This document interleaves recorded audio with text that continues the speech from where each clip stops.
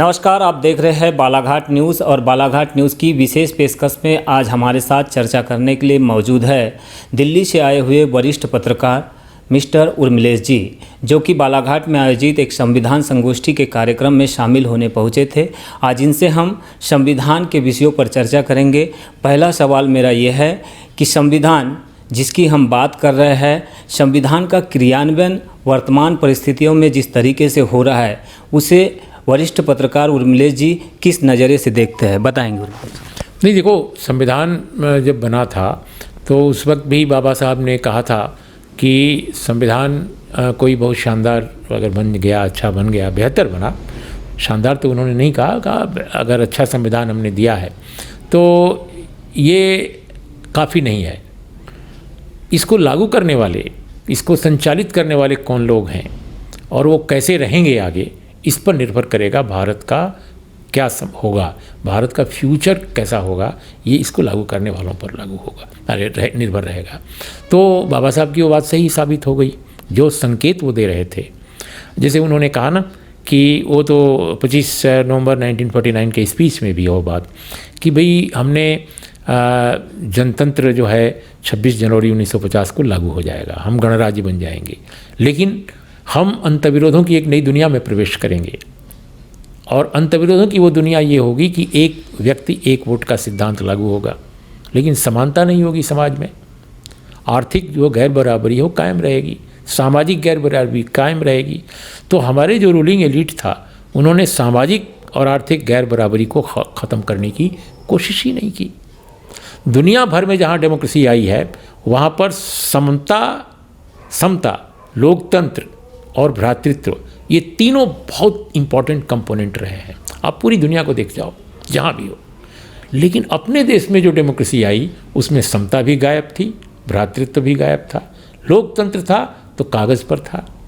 हमारे पास एक पार्लियामेंट है, हमारे पास विधानसभाएं हैं, हमारे पास चुनाव है।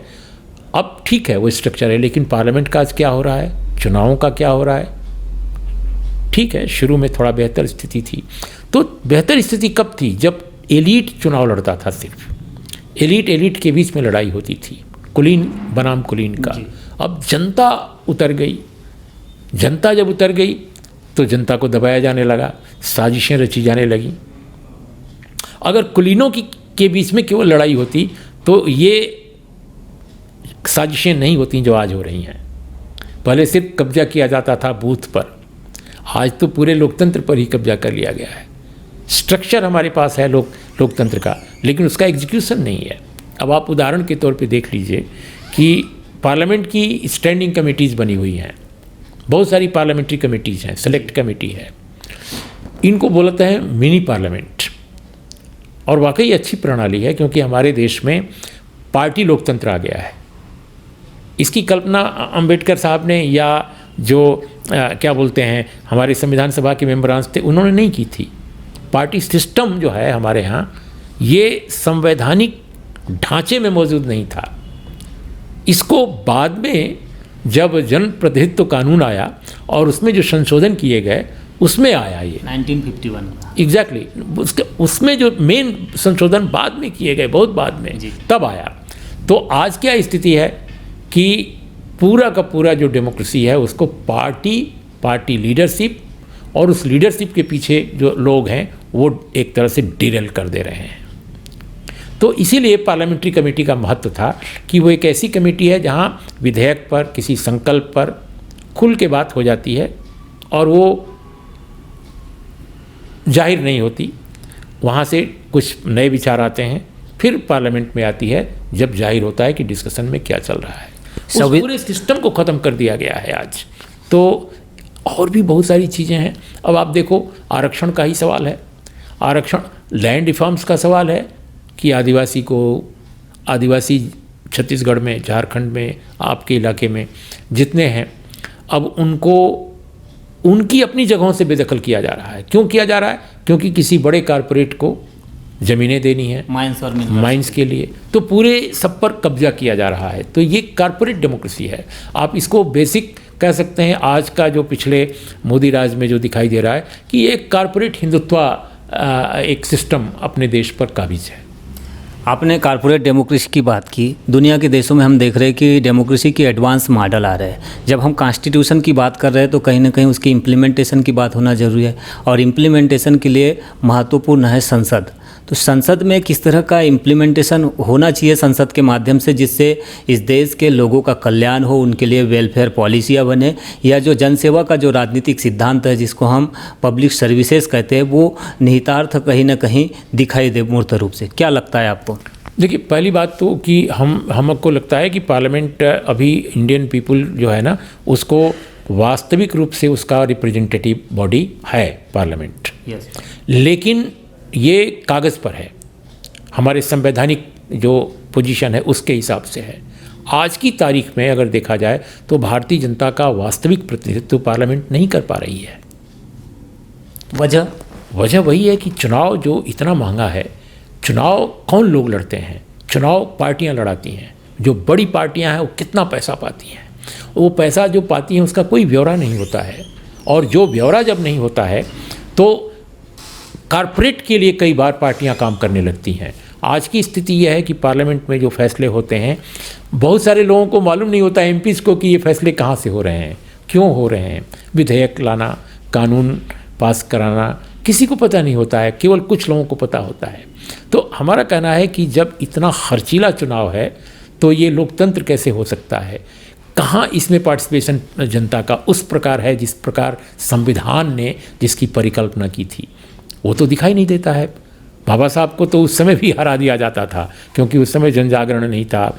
दलित, आदिवासी, ओबीसी जो समाज में मेजॉरिटी जिनकी है, उनके पास उतना समझदारी नहीं थी, उतना बड़ा आंदोलन नहीं था, तो उनके जैसे विद्वान को भी चुनाव में हरा दिया गया।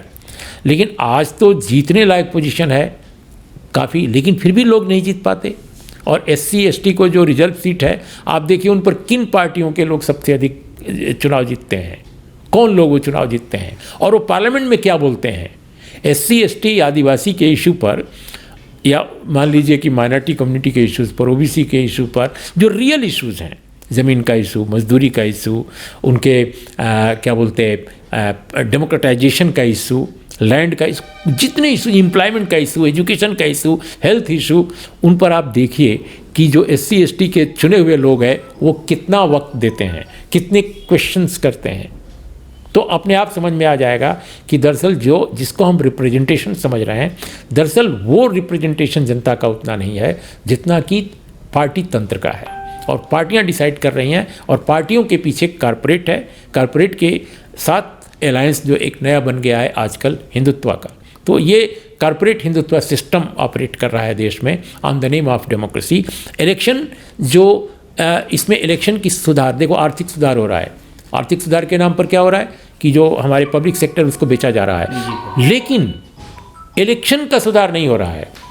इलेक्शन कमिश्नर, इलेक्टोरल रिफॉर्म की आप बात कर रहे हैं, हम देख रहे हैं कि हमारे देश में FPTP सिस्टम है, जबकि PR सिस्टम दुनिया के देशों में अडॉप्ट किया गया। आपको क्या लगता है किस तरह के चुनावी सुधार की ज़रूरत है देश में? क्योंकि ये सवाल कई जगह मैं देख रहा हूँ कि कोई उठा नहीं रहा है, लेकिन जो पढ़ रहा है वो समझ रहा है कि भारत में जो चुनावी व्यवस्था है कहीं ना कहीं एक खतरनाक चुनावी व्यवस्था है, और इस सिस्टम से एक वोट और एक व्यक्ति का एक वोट जो होता है उसका मूल्य निर्धारित नहीं हो सकता। ये कारपोरेट घराने की सरकार बन जाएगी। इस पर क्या निष्कर्ष निकालेंगे? नहीं, बिल्कुल मैं आपकी बात से सहमत हूँ, और लेकिन मैं फिर कहूँगा कि जो मौजूदा एग्जिस्टिंग सिस्टम है उसको भी ट्रांसपेरेंट और डेमोक्रेटिक नहीं बनने दिया जा रहा है। आप जिसकी बात कर रहे हैं वो तो मान लीजिए एक डेलिब्रेशंस, डिस्कशन और कॉन्स्टिट्यूशनल रिफॉर्म्स की ज़रूरत होगी, लेकिन अभी जो मौजूदा स्ट्रक्चर है उसमें भी रिफॉर्म नहीं हो रहा है। जैसे इलेक्शन कमीशन कौन चुनता है?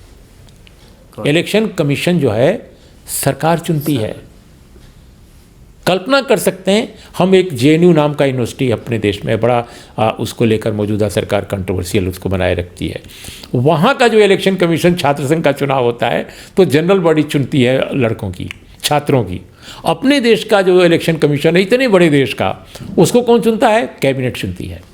प्रेसिडेंट अनाउंस करता है, नोटिफाई करता है, लेकिन कैबिनेट का जाता है फैसला। तो सरकार ही बना देती है कि इलेक्शन कमिश्नर कौन हो, चीफ कमिश्नर कौन हो। अपोजिशन का भी उसमें रोल नहीं है, जुडिशरी का भी रोल नहीं है। हमारा कहना है उसमें तो करो, कम से कम उसमें बोलो कि भाई उसमें न्यायपालिका हो, उसमें विपक्ष हो, उसमें सरकार हो, उसमें अन्य गणमान्य लोगों को भी लिया जाए जो समाज से आते हैं, तब बात बनेगी। दूसरा बात कि ईवीएम को लेकर पूरे देश में व्यापक असहमति है जनता में। क्यों नहीं रेफरेंडम करा लेते? अगर आप कहते हैं कि साहब ईवीएम के पक्ष में जनता है, तो let there be a referendum among the people. जनता में इसी बात पर जनमत संग्रह हो और वो बैलेट से हो कि कितने लोग इस देश में ईवीएम चाहते हैं और कितने लोग बैलेट चाहते हैं। लेकिन उर्मिलेश जी, एक चीज़ इसमें ये भी तो देखने मिल रहा है कि जो विपक्ष के लोग हैं वो भी तो इसको लेकर संसद में आवाज़ नहीं उठा रहे, बाहर में आवाज़ जरूर कर रहे हैं, क्योंकि इसके लिए कहीं ना कहीं जो रिप्रेजेंटेटिव एक्ट है 1951 का, उसमें अमेंडमेंट करना पड़ेगा, फिर से ईवीएम के जगह में बैलेट लाना पड़ेगा तब ये। लेकिन ये बात पार्लियामेंट में नहीं उठती हुई दिख रही, इसके पीछे क्या कारण हो सकते हैं? इसलिए कि सबका वेस्टेड इंटरेस्ट है, ज़्यादातर लोग पार्टियों का।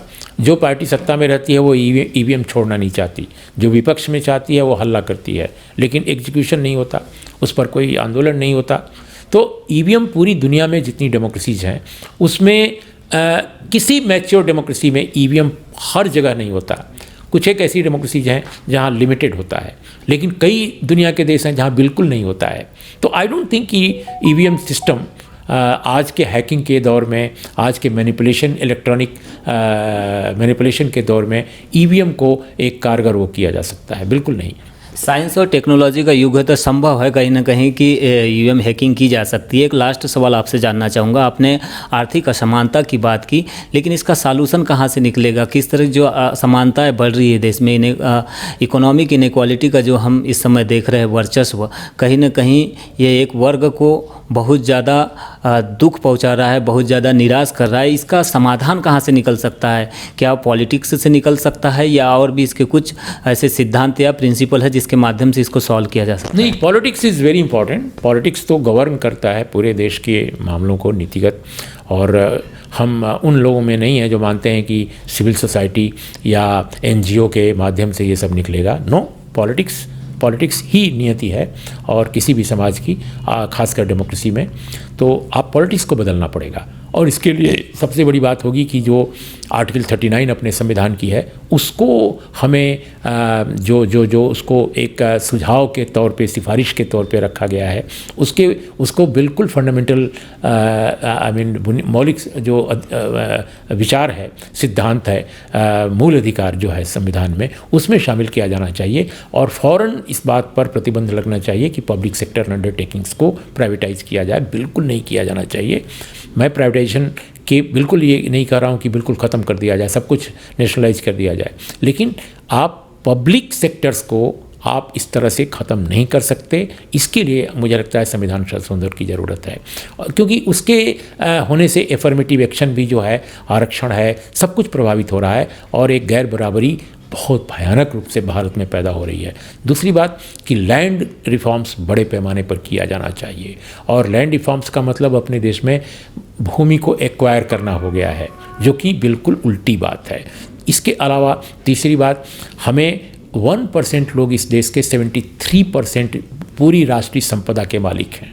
1% 73% संपदा के मालिक हैं। तो इसके लिए भी एक मौलिक सुधार किया जाना चाहिए कि ऐसा बिल्कुल हरगिज नहीं होना चाहिए, और कैसे हो, क्या हो, इस पर बड़ी बहस की ज़रूरत है। बस इतना ही काफ़ी।